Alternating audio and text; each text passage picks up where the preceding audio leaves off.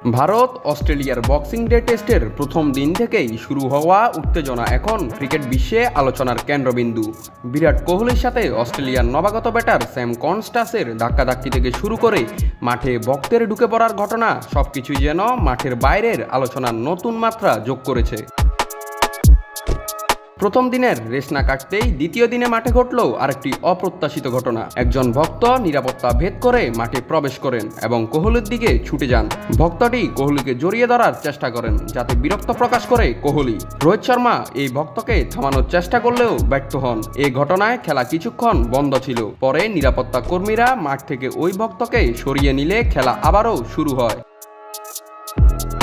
এদিকে বিতর্কিত ধাক্কা নিয়ে অস্ট্রেলিয়ার সংবাদ মাধ্যমে আলোচনার শিকার হয়েছেন কোহলি। অস্ট্রেলিয়ার দ্য ওয়েস্ট অস্ট্রেলিয়া পত্রিকায় কোহলিকে জোকার হিসাবে ব্যঙ্গ করা হয়। বিষয়টি নিয়ে ক্ষুব্ধ প্রতিক্রিয়া জানিয়েছেন ভারতের সাবেক ক্রিকেটার ইরফান পাঠান। তিনি বলেন, অস্ট্রেলিয়া আমাদের সাথে বরাবরই এমন খারাপ আচরণ করে, এবার তারা সীমা ছাড়িয়েছে।